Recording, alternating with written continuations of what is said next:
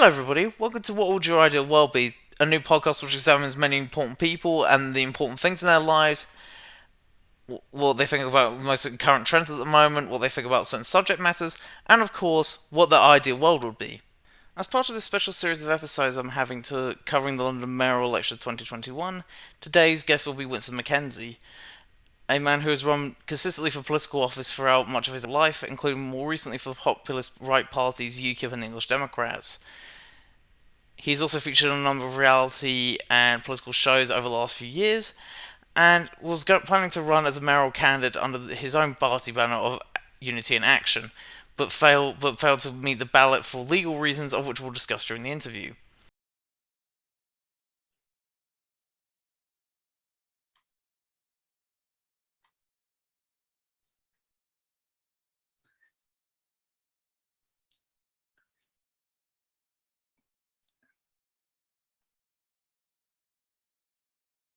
Hello?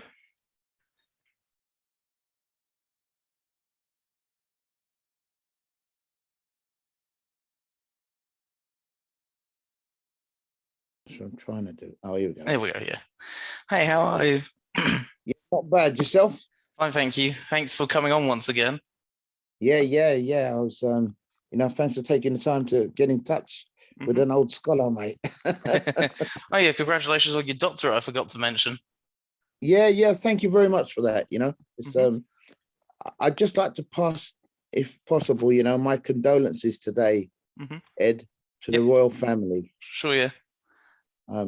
Prince Philip has been an amazing general and a great ambassador to this country, and he's been the rock that's kept our Queen going, mate. So I am. What we want to do is celebrate the fact that he's moved on to greener pastures now. Indeed, yes. Yeah, left this wicked world. She will miss him though, won't she, Ed? She'll miss him. Can imagine. Well, I was about to actually mention that myself. Funnily enough, I just noticed the news, and yeah, rest in peace to Prince Philip, who was 19 when he died, and I was actually part of his Duke of Edinburgh course as well. So I have a bit more, which was very interesting. And yeah, so rest in peace to him, and what a great soldier as well. What a soldier! I mean, it was moments from his 100th birthday, the centenary, but that's the way the cookie crumbles, they say. But I just wish Her Majesty all the very best now, and I hope it will be good to. I'm sure the family will gather around and give her the strength to go on. Yeah. And so on that sort of subject and whatnot. So the main stuff I wanted to talk to you about today is sort of like your career in politics as of now. So if you don't mind me asking, I don't want to talk about this for too long because it would be quite cruel if I did. So what's happened with this mayoral stuff, if you don't mind me asking? I don't want to dwell on it too much because I don't think it's right. I mean, it's all very much part of my political career, Ed. I had a I've had a very torrid time with the London Electoral Commission. Back in November, we were asked to re-register, which we did, and took it for granted that they'll take care of the claim and get everything re-registered. By January of this year, they still hadn't completed the paperwork.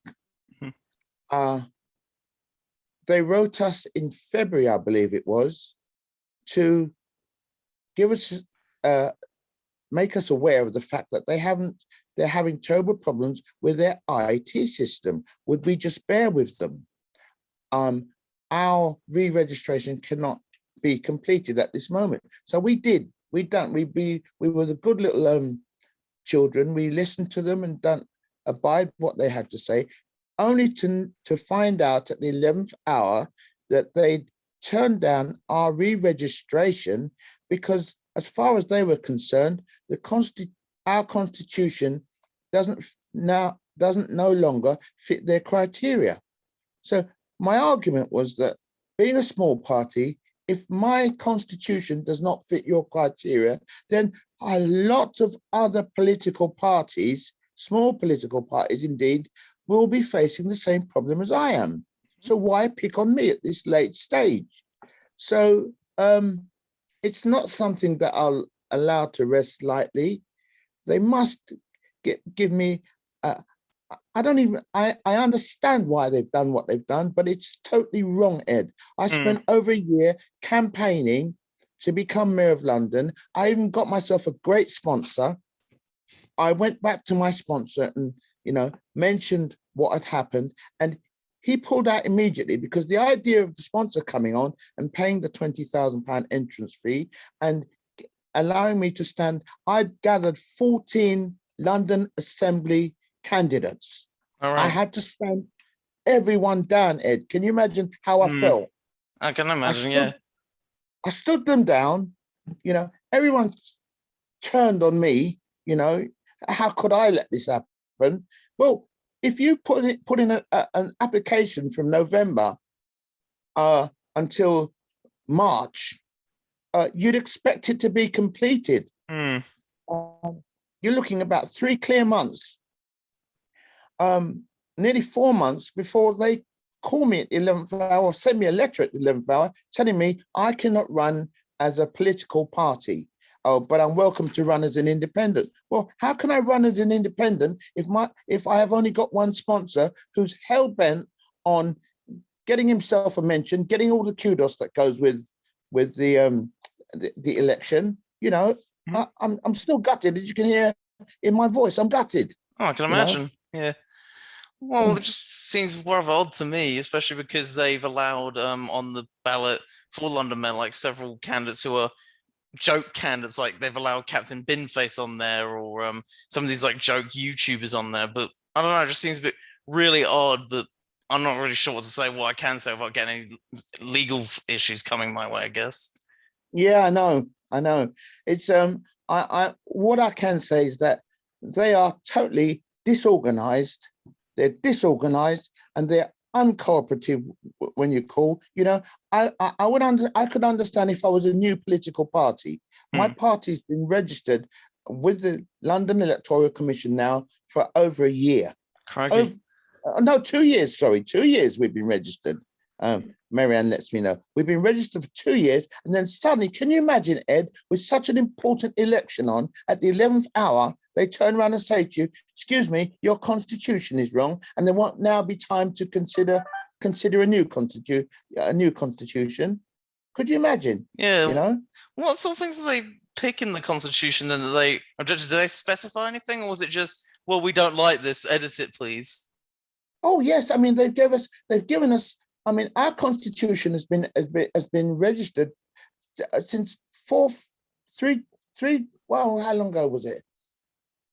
Our constitution been registered at least 2 years ago. We registered our constitution with them. They've had all this time to say to us, well, look, the constitution's changed. I mean, why leave it until the 11th hour? I don't know. I'm as well as bemused, I'm quite angry. I can imagine. I spent over a year speaking to people, going into various different departments and speaking to people in the streets and gathering all my old contacts just for this moment to end the way it has, and they can't be allowed to continue in the same vein. Honestly, Ed, it's ridiculous. I know, and there's been at least in the last few years, especially due to the Leave campaign, highlighting a lot of stuff about whether they're fit for purpose, the Electoral Commission, and so on. But there's been allegations of bias and whatnot. I'm not going to say too much because again, I don't want just in legal trouble. But still, yeah, absolutely. But I can't understand how they're so disorganized. We've all had problems with COVID, all of us, and businesses have closed down. All sorts of things have happened, but for goodness sake, this is the Electoral Commission of Great Britain. A very integral part of our system. Why have they not got their act together after all these years? I'm just quite dismayed about it all. I really am. So we're in the process of doing a new constitution now. and I won't reveal what else I'm going to do because it might prejudice my application. Sure. You know, they don't seem to think rationally, these people. Sounds like it. What would you plan on standing for next, though, if you don't mind me asking, or would you rather not reveal that either? Well, no, we're here to talk business, man. And you're calling me here. I want to give you a sensational report. Look, I've as you know, I'm an ex boxer. Mm. I'm an ex amateur champion at senior level. I turned professional after I won an English national amateur title. My brothers are quite popular, very famous in the whole family's quite famous in boxing, actually, Ed. Mm-hmm. And there's my brother Clinton, and Duke, who's been the most successful of all of us. Picked up on all our mistakes and ran with it. Good luck to him. So the family are quite well known in terms of boxing. But now what I'm focusing my attention on, helping disadvantaged people from all walks of life, sport to social activities to work, jobs, everything. And my experience over the years has led me into the projects where I am now. Mm-hmm. I've created a nutritional program, which we're pushing now. I've been commissioned to help push a nutritional program on a product called Mariandina. It's an holistic health project, Ed, for people who are run down after COVID and need to protect their immune system. And it's holistic. A huge company called Burton Gibson have commissioned me to go out there and get their stocks out there, get it out in the open. And this Mariandina product is really super. Also, for the boxers, I've created what we call gold pension scheme. It's not one of these complicated salesman's things at all. We're talking about gold bullion here. When I was fighting both as an amateur and professional, my career came to a sudden end because I suffered 2 detached retinas. And I hadn't, I almost went blinded. okay. I hadn't a single penny to my name. I became homeless. I had nowhere to live. And a great man, a great builder, I remember Don Smith, a great builder from South Nord at the time, managed to give me digs, digs to live in, literally digs, and he'd done his best for me. But I realized then that when my boxing career finished and I had nothing to turn to, there are many boxers out there in my position. I had to sit back for years on end, watching my 2 brothers, Clinton and Duke, take all the spills, all the spoils, and they were successful, and which is wonderful. And I realized that boxers, footballers, people in all walks of life in sport, tennis, what have you, we don't all make it, do we, Ed? There are those that suffer to make the others great. So I developed this pension, and it will be out in the next 3 months. We're just waiting for the actual gold to come through, the gold part of it. It's like a plastic Visa card with a lump of gold in the middle, and a replica of the boxer in question on that card. Mm-hmm. And it's combined, we're backed by a huge banking system. It's combined with a huge banking system that guarantees that fighter or that sportsman or sportswoman continues to make money. But I'll go into more detail about that, Ed. It's really exciting. It's not complicated. Every boxer, every sportsman, woman should have one. And also, before you go on anything else, Ed, we are concentrating on the youth clubs. Mm-hmm. We're concentrating on the youth clubs. With this scheme, we want to bring them out of the poverty. I'm only sorry and morbid that I'm not running for mayor, mate. I was about to say, forgive me for sounding like I'm gonna drag us down a little bit, but how successful do you think it will be within, like, say, the next few years? Do you think it will just like take off and stuff like that, or like, is it? Do you think it's going to be like sort of like a slow growth to really successful? Do you think it will immediately take off? What's your projections, if you don't mind me asking? No, my projections on the schemes I've got now, I've been working on for years, Ed. And Hmm. anybody who knows me will know that I'm an expert at community projects. A total expert, mate. And I'm not ashamed to admit it. I get in there, I get out there, I get in the mix, I meet people, judo clubs, boxing clubs, rugby clubs, anywhere you like, I'm there. And the scheme that I've got now is not, it's not something I thought up yesterday. It's ready to roll. Once we get the go ahead within the next couple of months from the people who are backing us, the gold bullion company who are backing us, we're off. Right now, we're on a nutritional program, which we're working on to help people who suffered from COVID and trying to get their nutrition back. That's working beautiful. And it's called Marion Dina. The sportsmen and sportswomen out there who have a career and will one day suddenly find they have no career, have no fear.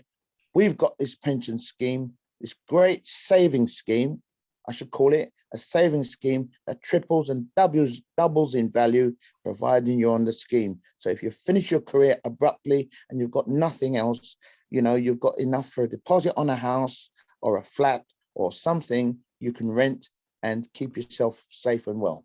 Hmm. And yeah, I'm my fault for not introducing you as Dr. Winston McKenzie, because you've recently got your doctorate in Yeah. divinity last year, if I'm not mistaken. So how did that come about then, if you don't mind me asking? Well, it was strange, really. I woke up one morning. I was I'm not a good person to live with, Ed. I woke up really miserable one morning, and I thought to myself, I've done all this work, nothing's happened. Then I got a telephone call from a pastor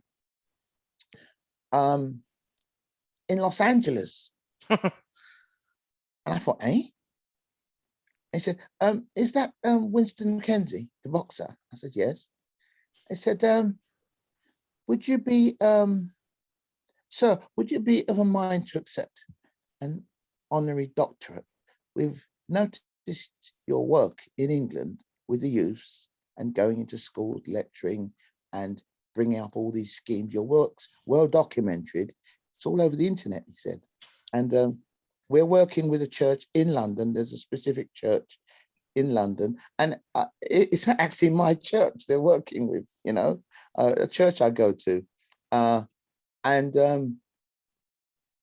your pastor, they said, I understand, is Dr. Tim Justice. So I said, yes. Oh, so the penny dropped, And I said, oh, I can't take this. Can you speak to my PA? So they spoke to Marianne. And sure enough, I was honoured in London at the Waldorf Hilton with this honorary doctorate. And it's wonderful. It's really, really life-changing, actually. People look at you in a different light and doors open, Ed, Sure, yeah. And So Dr. Unjaguna, thank you so much. I am really appreciative of your consideration for me for honorary doctorate. Thank you so much, sir. mhm. Yeah, and well, congratulations on you for getting it as well. And I just wanted to move on to more sort of like political issues, if you don't mind me doing so. Because I remember the Yes, last time we spoke, you talked often about like how one of your main inspirations for getting into all this in the first place is because you weren't particularly keen on sort of the government's handling of illegal immigration at the time, if I'm not mistaken. Do you feel that has yeah. only gotten better or worse over the last like couple decades, given all the recent controversy with the boats that have Ed, been coming Ed, over? Ed, can I just disturb you 1 second? Go Marianne, ahead. can you make sure that plug's switched on? Because we run out of battery in a minute. Is it switched on? Screen's gone dark. Yes, it is. It is on. It's all right. And I was just That's all right. making It's still sure live. my electric's here. Yeah. Yeah. If we cut out for any reason, I'll I'll get straight back to you. That's fine, I understand. Yeah. So carry on. Your question was again. Yeah, it was essentially one of the last time we spoke, one of the main reasons you told me that you got involved in the major political stuff is because of you felt that the government was not doing particularly well in handling illegal immigration, if I'm not mistaken. How do you feel that's only gotten better or worse in recent years, given all the controversy recently with all the boats coming over from Dover and stuff like that? Do you think it's only gotten worse or better, given that now it's at least being acknowledged? Immigration is a hot topic, really, Ed, and people always seem to get hot under the collar when you talk about immigration. Mhm. I mean, the black fraternity, my people, I say my people because I'm the same origin as I'm an Afro-Caribbean, and African by heritage. Because they basically have no representation in the right places, they always draw an opinion which they're entitled to, that they're the ones being targeted. But immigration, really, and they are, in my opinion, and this current government, has done nothing to enhance the reputation they have amongst the Windrush generation, which is my generation, and Afro-Caribs. They've done nothing to enhance their reputation. And if anything at all, our current Conservative government have made things so much worse because they simply have no means of communication. The illegal immigration that's being allowed to flourish, regardless of what Priti Patel says, she's doing this and that, and that, she's going to create a border force. We are currently going through an amazing, unprecedented pandemic. Nothing is more chilling than for the indigenous population, and I say indigenous because I refer to people, some people born here, some people who have the right to be here, seeing illegals cross the border, many of whom have never and will never quarantine. And in the height of a pandemic, there should be a carte blanche block on immigration. We need to build up our stocks, build up what we have, take care of people who are already here, whatever religion, creed, or color they're in, carte blanche block on the borders until such time as people have quarantined, the scientists have got a hold of what they're doing and understand where we're going, if only to protect the people already here. So, no, I'm appalled. I'm appalled at the situation, Ed. I really am. And I believe even now we're on a tightrope, very tightrope. We're going to see some real we've already seen devastation with small businesses. We've seen the devastation that's been caused by COVID. And, today's government really do need to stop fluffing around and look at the small businesses who are really trying to maintain what they've worked most of their lives for and give them more support. They're the people who need support. A lot of our taxpayers' money is going and funding fundamentalists who don't need to be funded. The mismanagement of our taxpayers' money is deplorable. It needs to be solved, and it will never be solved unless the people of this country pick their leaders, stand up, and let them feel it at the ballot box. We were just talking about I wasn't sure. The thing I was just on about was I'm not sure why we can't be like Australia, where they have a larger coastline than us, and we just don't turn the boats around like they did. Is all I was going to say. But the next question, you were talking about earlier, if you don't mind me touching upon that, the sort of the Windrush, I think you felt this government has let them down. What's your reaction then to sort of the new race report that's been recently released, which that they recently released not too long ago, about how discrimination in this country isn't too bad, is what I think the report's conclusion was. Oh, it's just it's a joke. It's a joke. Look, when all is said and done, Ed, socially we're okay.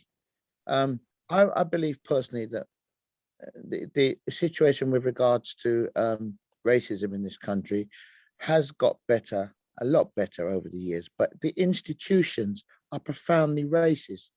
That's how I find the situation. You know, I've got a lot of white friends, and some of them got a lot of black friends, and we all get on fine. But I believe that huge sections of the media and the institutions pit people against one another, and that's what is so bad.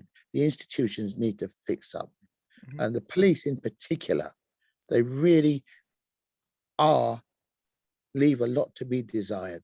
Now, the reason why our police force is in such a state is because they're simply not supported by government. You've got a police commissioner who's trying to do a job with her hands tied behind her back. And the training that they used to have, the facilities, the forensics, the countless officers, police constables on the road, all that has gone now. The training situation with regards to the training of our police force and their liaison, their means of communication with the man on the street, the general public, that has now been lost. They're taking on an American style thug-like attitude towards the general public. And, you know, with this situation that's occurring in America now, where they need to get it right. They really do need to get it right in America, because if the trial with Mr. Ford goes wrong, I can't see America coming back from it. They really do need to get the situation right with this man they've got on trial. And I hope and pray that the British government really take our police force seriously, get them trained up, make the force inclusive of various different races, so we're in a position to understand and communicate with their public. I believe that the police commissioner could do so much better if she has the funding and the cooperation from government. So the deterioration in our police force, the Met particularly today, the deterioration of it lies squarely at the feet of government. And you can go back as far as Theresa May. You can go back as far as Theresa May. I believe, in my opinion, this was the Prime Minister that put the final nail in the coffin of the Metropolitan Police. And until this day, they've gone further down the pan. They've recruited people who are thugs and racists and have no care or concern for the likes of the black fraternity of this country. And until that is put right, and people are recruited into the Met and get the proper training, and the chief of police is equipped with the proper funding that is so deserved. How can you have an institution that is £1 billion adrift in funding? 1 billion. You know, and that is just the tip of the iceberg. It's so embarrassing, you know, for a country like ours. And I lay the blame squarely at the feet of government. They've created this divide between the people and the police, and they have a lot to answer for. When you were talking about Theresa May earlier, were you talking about like her tenure as Home Secretary or as Prime Minister when you're talking about all this stuff? Well, her tenure as Home Secretary, Mm. she had a profound opportunity to address the police with their funding. They had a massive meeting, open meeting. They were pleading for funds. And since then, what have they had to do? Cutbacks, cutbacks, cutbacks. Recruit people who know nothing about policing. Some of our good officers, really experienced officers, have been laid off, made redundant. Thousands of them trained up and have had to leave the force. Marriages are broken, families are broken down, and they've recruited thugs to take care of our well-being. So when I say the blame lies squarely at the feet of government, I refer as far back as the days of Theresa May, when the police needed funding, they needed more officers on the beat. Every politician today, you'll see, they'll come with the rhetoric that, oh, we must get more police on the street. They haven't a clue how they'll do it or where they'll begin. It's just political rhetoric, Mm. you know? Do you think one solution to all of this in terms of like bobbies on the beat and so on would to be go back to what the police used to do before the 1960s, where they used to have preventative patrols? Like was what Robert Peel set up when he set up the Metropolitan Police. Do you think that's sort of the solution, where we go back to patrolative policing, as in having police officers on the street as opposed to being, say, in cars or behind, computer desks or whatever? No, we need them on the streets. We need Mm. to visibly see them. They need to create a good relationship with the general public. At the moment, they have no means of communication, Ed. And it's the communication. I always say, feed the nation with communication. And in order to feed us with the communication that we need and to feel safer and go about our daily business, they need to recruit people from all walks of society. And it's the method with which they recruit that has to be solved. And this can go right back into your schools, your universities, our safety.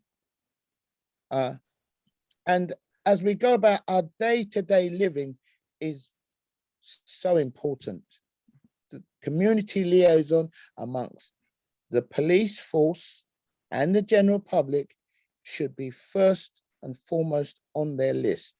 So that combined with illegal, let me underline that for you, illegal immigrants coming into the country, making the job harder, needs to be solved. And the reason why they can't stop the illegals coming in is simply because of the treaty.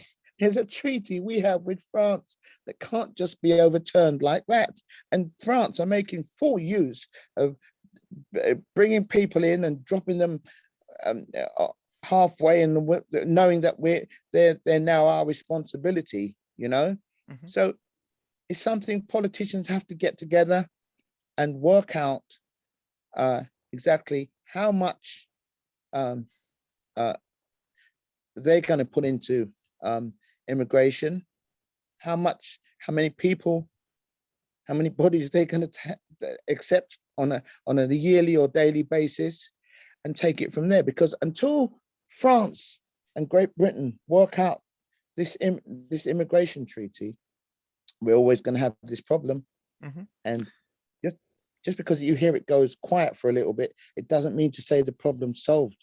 Mm. Mm-hmm. And one other thing I wanted to ask then is like, do you think this government in its Boris Johnson's administration has got anything right? By the way, making it sound as if it's like this wholly irredeemable. Boris Johnson's trying, but he simply hasn't got the people experience and the means of communication like some of his past acquaintances have. I believe that he's trying, but he hasn't got a clue really. So you know, I think we're in for a torrid time. If you ask me, well, who would I suggest? I'd say to you, we're doomed, because it's a joke. I can't even begin to suggest Labour or the Lib Dems or anyone else. You know, I mean, things are so bad that I could even become Prime Minister. You know, You're being very harsh on yourself. well, you'd have thought that after over 100 years of so-called democracy, we'd have a few good bods in place. You know, we could look up to and think, what? Yeah, there's a patriot. They've got some of the bulldog spirit. You know, they'll put someone in and help revive this country. And now we're in a situation where we have so much red tape and issues that we don't know how to approach. The country's going down the pan, and I really don't know. We're in a precarious situation, Ed, honestly. Sure. And two quick things, if you don't mind me asking. The first is like, do you not think there's maybe like one MP of any of these parties, anyone in Parliament right now that you'd like and respect or would see as a better alternative? And second of all, who would you look up to, saying who are your political heroes, if you don't mind me asking? My political hero is Dr. Martin Luther King. I don't see any politician in this country who, there's no one, I believe, in this country, be it on the part of Labour or the Tories, to name the big so-called big two, who's really communicating with the people. I now believe that there has to be some form of diplomatic revolution. And in terms of that, I'm not talking violence. I'm not talking violence. I'm not talking about people coming out against gays and Muslims and or agenda benders and all that nonsense. I'm not interested in that. I'm talking about people who love this country, identifying various experts or people they believe that can represent them. And I'm not saying we don't need the current politicians we have today. You need your intellectuals, but they need to be guided. The people need to stand up and stop sitting around pulling down others like me who are trying to desperately to make change. They need to stand up. Particularly the Afro-Caribbean need to stand up and support people like me. I'm a patriotic, I wouldn't say I'm an easygoing bloke, Ed, I'd be a liar. I'm not easygoing, because when you get in the ring with me, you're in trouble. You've got to get things right. But I would say that we need to choose our leaders on both sides, black and white, and unite as a people. Unless the people start talking, not just amongst themselves, but outwardly, and go forth with some diplomacy. You know, we don't want no race wars. We don't want all these wars against people who can't defend themselves. What we want to do is unite, because if we can unite and begin to talk as a people, we can then dictate to the current mob who are trying to put us under. As far as I'm concerned, they've got no interest. Our interest at heart doesn't seem to concern today's current MPs.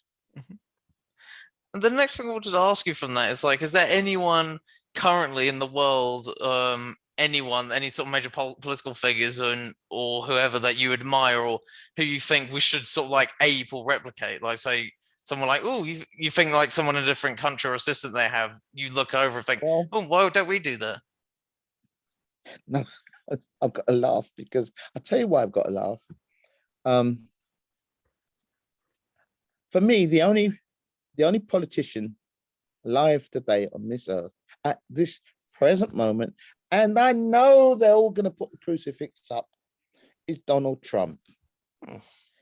And I believe that the next 6 months is going to see, we're going to see some drastic changes in America.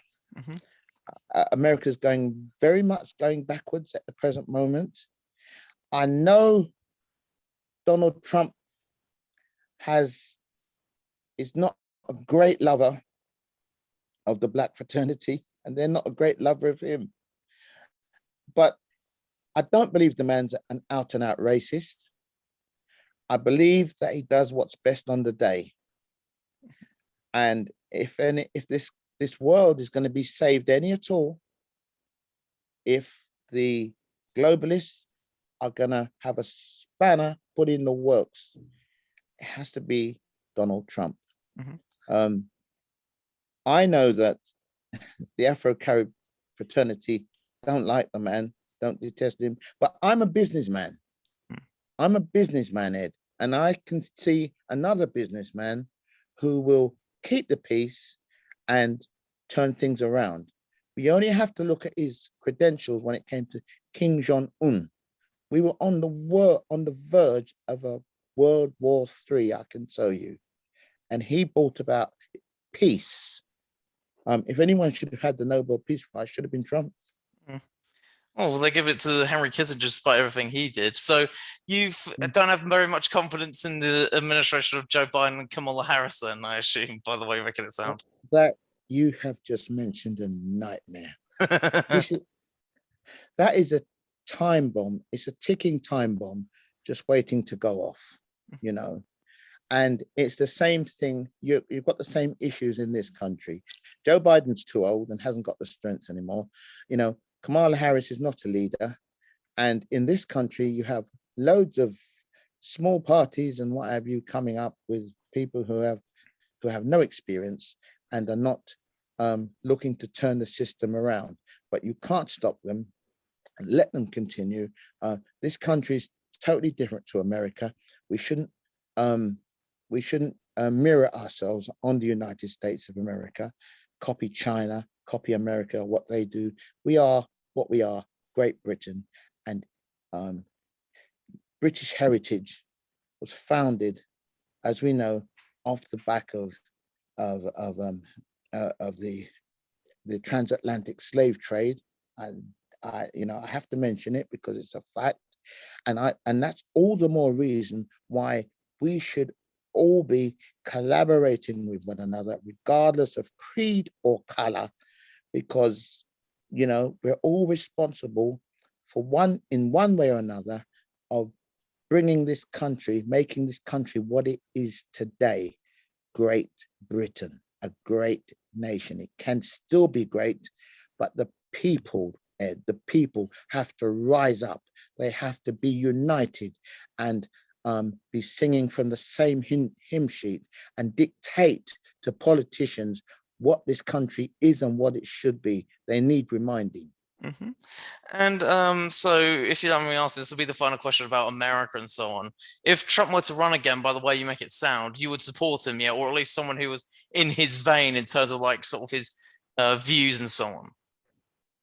Ed, I think the question needs to be asked: if not Trump, then whom? Of course I'd support him. There's no one else. There's no one. I don't agree with everything the man does. I don't agree. But when it comes to business, when it comes to trade and industry, if you go back as far as the Labour Party in the Blair years, and tell me if there wasn't a single politician around who could come anywhere near the likes of Blair. He knew what agenda he was on, he knew what plans he had, and he had to make sure they go through. And he had a way with the women. He had a way with the people, the men. He'd come on, show his perma-tan face and his crisp suit, and he'd get things done.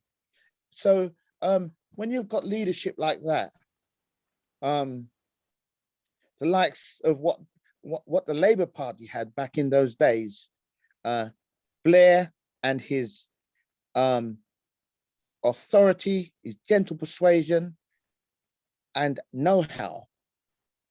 I, not that I'd ever vote Labour, but I believe, when you get leaders in that brand, in the likes of Blair, I didn't rate Cameron. I don't rate Johnson. That's where I am with politics today. Sure. And one thing I also wanted to ask was like, when do you think things started to go particularly wrong in Britain, if you don't remember? So what sort of like red pilled you, so to speak, is what the colloquial term is? Well, things began to go wrong in this country when our borders became penetrable. We lost control of our borders, and by doing so, we let in a lot of illegals. There are people genuinely seeking immigration out there. They need new status, they need a chance in life, and we as a country, as a people, should be in a position by now to provide that help. But when we allowed the treaty between France and ourselves to enter into such disarray, that's when we began to lose the battle. The fact that, and I see, it's no good, these lefties turn around and saying, oh yeah, that's it, blame immigration again. No, it's not a case of immigration, it's a case of management. Nobody likes to talk about immigration, but hey, let us manage what we've got in this country. No one's saying shut the borders, shut them down. We've reached crisis point now, so we have to shut down. We've reached crisis point. Shut down for a month, 6 months, or whatever it is, and put a strong management on it. But no one has the ambition for that because of the legalities and the responsibility we've given to other countries when it comes to our borders. Yeah. One thing I find interesting, because it's, many on the left used to be a little bit more skeptical of, say, mass immigration that you're describing than they are now. Like, I remember reading about stuff like Tony Benn wrote in his diaries about like some of the stuff of this, and Bob Crow, the former late RMT leader, was on Question Time, I remember, talking about how mass immigration wasn't particularly good for his unions and so on. So I wonder why it's become such a partisan issue. Like, the left have become so more favorable to immigration, especially if you look at the economics of it, when it seems to me that because the wages that get depressed, it only seems to aid like sort of the capitalists that they're not particularly keen on, doesn't it? So that's at least what I've read. Well, it doesn't take rocket science, Ed. Immigration is a money-making business for the globalists. It causes disarray, and I'm talking illegal immigration. Let's not, a lot of people sit here and they listen to my interview and they turn around and say, oh, I'm a racist. Oh, well, you're an immigrant yourself. You're damn right. Excuse the French. You're damn right I am an immigrant myself. I'm very proud of that fact. But I'm referring to illegal immigration and people trafficking, smuggling of people into this country and others to do illegal prostitution, illegal works on the streets. It is a business, Ed. People smuggling and illegal immigration is a business. It fuels drugs. It affects our economy. The housing, schooling, employment, everything's affected. You need to manage it. There's an old poem, an old school rhyme. There's a hole in my bucket, dear Liza, we'll fix it, dear Henry, we'll fix it. And that's what we've got at the present moment. Porous borders. There is a hole in the borders. We need to manage and control that issue, because even the Black population in this country are suffering more and more every day without representation, because those coming in are making life harder for us. And one thing I find it interesting, because if I'm not mistaken, the last times I looked at the estimates, it was like 1.3 million illegal immigrants were living in this country, which a generation ago would have been, I think, slightly more scandalous than it is. Why do you think that's not as scandalous as it should be. Like if it was say something else, like if it was a generation ago, this was being reported, I'm pretty sure it would have caused a little bit more of an uproar. At least I think it would have. Well, I mean, if you look at the steady increase, the steady rise in unfettered immigration, you'll realize what the issues have become. You know, people like to turn a blind eye and try to blame it on other things. But when you work out the statistics, how we've gone from not being able to call your doctor and make an appointment, have to wait 4, 6, maybe 8 weeks to get an appointment. Now you can't even get an appointment in some areas. You have to ask yourself, is there a problem? And the bottom line is, yes, there is a problem. We have the general influx of people, and the way they're coming in is very bad. Mm. You know, that And I remember some of this stuff, like some of it seemed to be like deliberate design as a porous border. The most obvious one I can remember was reading stuff by a former Labour speechwriter, I think it was called Andrew Never, who wrote a lot about like how massive immigration was used by Labour as sort of a wedge issue in sort of like cultural wars and stuff like that. Do you think that was sort of like the main driving force behind a lot of like left-wing thinking on this? Is like, well, we're gonna sort of, just that's their sort of attitude towards it. I mean, they're probably misguiding that attitude, but that's what they think.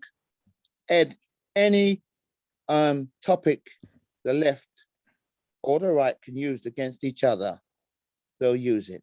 And immigration, racism, and all types of issues will be brought forward, and they use it. What we mustn't do, Ed, is undermine the distinct fact that we have now, because of the influx of illegal immigration, we've got grave issues of racism in this country now. We were building at one time, doing perfectly well, until the likes of Labour opened the floodgates and allowed so many people to rush in. It's not immigration, it's the amount, it's the numbers all at once. It's the numbers all at once. And then when you have Priti Patel and the Conservative Party deporting Jamaicans for simple issues that could have been solved, and you've got murderers walking our streets, abducting children, you've got rapists running around, raping young girls, and still walking around today. It makes you wonder what type of regime we're living under, and what is the Tories' agenda going forward. Yeah. You know? Seems to me very weird, given the fact that, if I'm not mistaken, one of the Rochdale groomers during the Rochdale grooming scandal, there's controversy renewed surrounding that, because I think a couple of the abusers who are foreign nationals are still allowed to be here for whatever reason. I don't get how that works. But one thing is, like, why do you think the government is not taking this seriously, especially because they were elected on a manifesto, partially because of stuff like, say, immigration? And the last time this was taken seriously, as far as I'm aware, was back in 2018 when, I think it was in 2018, when the Modern Slavery Act was passed, sort of outlawing any of this sort of illegal immigrant slave labor that goes on in this country. Why do you think they don't take it so seriously, though? Is it just because they throw their hands up and they can't be bothered to deal with it? They just can't be. I think they're concerned about the repercussions, of deporting the Rochdale rapists who are still walking around freely, having raped young girls, coerced them into prostitution. They're still walking around freely, yet people who have so much ancestral claims to this country, like the Afro-Caribs, can be deported straight back to Jamaica, which is what the Tories do, in a whim. Particularly one guy who was very handicapped and had no medication, drafted out in the middle of the night and thrown into turmoil back to Jamaica. And yet you've got these criminals walking around, raping young children, coercing them into prostitution. And I believe that the government doesn't want to do nothing about it because they are simply concerned about the repercussions. You know, they'd rather face a torrent of knife crime than to worry about the Muslims and who who you know. And I'm talking about rogue Muslims. I'm not talking about Muslims who try their very utmost to live a decent, good life. And those people do exist, Ed. Let me tell you, some people of the Muslim heritage and religion are good people. But then in every race, every generation, you've got your rogues who let the side down. And I believe that they're the ones that need to be sorted. Yeah, because I remember growing up with working with Muslims when I used to work in retail, and they're very hardworking, if not a little bossy at points. One thing I find interesting is like the only time immigration seems to be taken seriously is sort of like wedge issues, and I do find it strange. Like the last time this was a major thing was when what was it? A group of Fijian-born British soldiers weren't allowed to be entered into Britain because of a court battle. I'm not sure what's going on there in terms of that sort of stuff. Why do you think like that sort of stuff is like cracked down upon as opposed to, I don't know, again, the stuff with Rochdale rapists and others who are still allowed to stay here when they clearly have no right to? Well, you know, as I said, what happens is, Ed, today's politicians pick that they go for the weakest link. You know, if you can imagine lions in a field, in a jungle, they stand and watch the crowd, don't they? And they pick off the animal that's the weakest in the pack, you know, and go for them. And I've noticed over the years that successive governments have only gone for the weakest group. Today, you know, we see the issues with vaccines, and whilst I don't condemn the vaccines, I welcome anyone who feels that they should have the vaccine, then they should go ahead and have it. But there seems to be a particular emphasis on old people. And it's, to me, they're not getting the feeling of many people out there who are frightened to bits of taking on this vaccine process. You know, I wouldn't even say it's a vaccine; it's an injection. Let's call it what it is, Ed. It's an injection, and there are people out there who are frightened. They're devastated. They wouldn't be seen dead next to an injection, you know. But it's not something that I would dictate to people about. If you feel that you must have this injection, then by all means go and have it. But I don't believe there should be anything mandatory about that, because what government tend to do, as I said, is focus their energies on people who are defenseless, cannot defend themselves, and they go for the weakest link. Hence why in modern Britain now we're a country that's illegal to leave to go to anywhere abroad for holidays or so on. But it's but if you enter illegally, there's no problem with that apparently. But yeah, one of the last things I wanted to ask you was on the subject of your political career, if you don't mind me saying, given that this Mayor of London thing has passed for now, what do you think the future of your political career looks like? Would it be again like standing for an MP in the future? Would it be standing for London Assembly again London Mayor again in a couple of years? What does your political future look like? And from that, yeah, just how do you see things going forward for you and for your party and so on?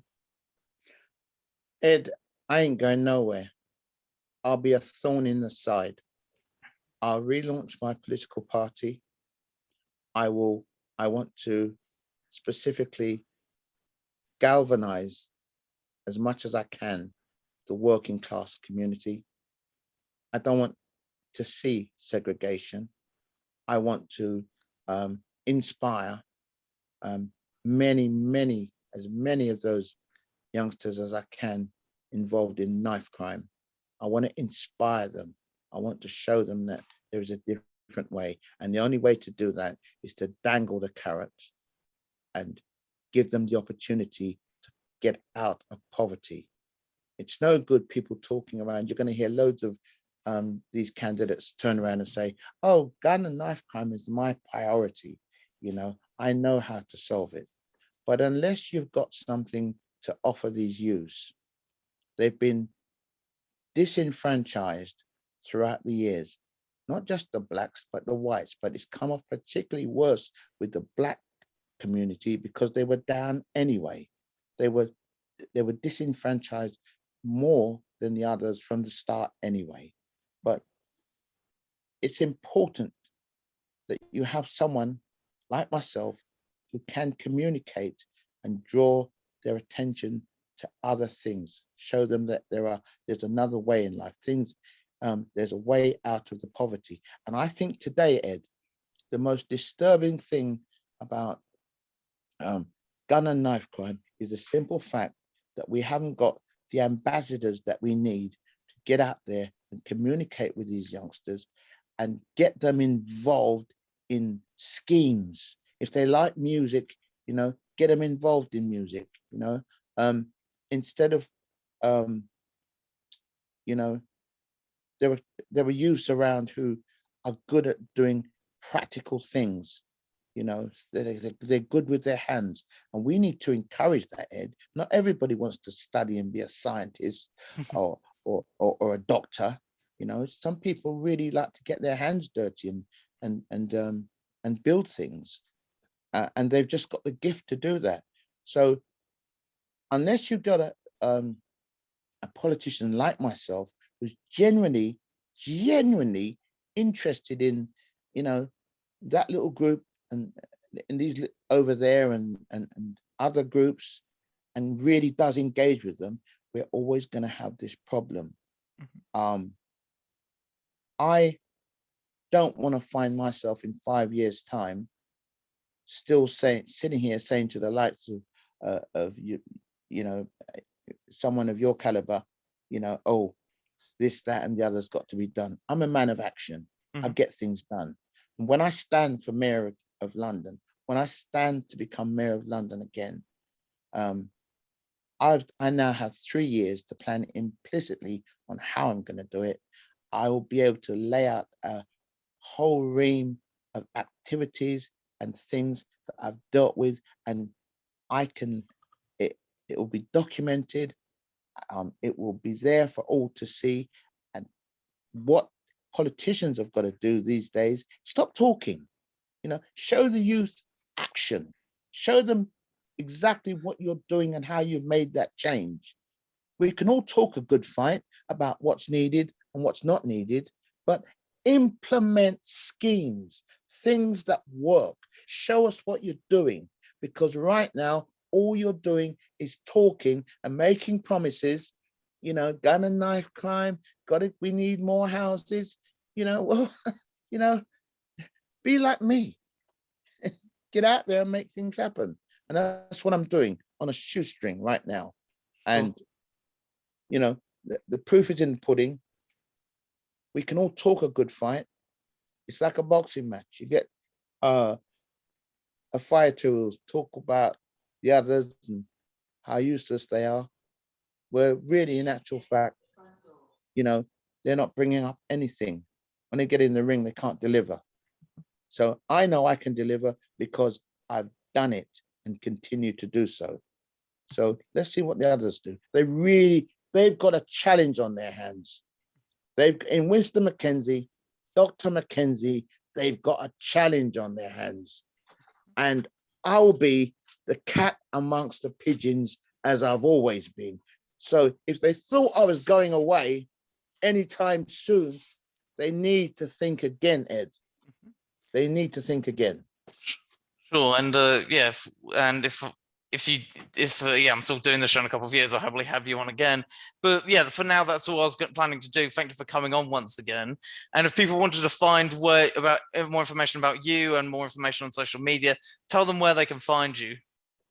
Yes, you can contact me at Winston's Crusade at hotmail.com, or contact Marianne Bowness on 07948.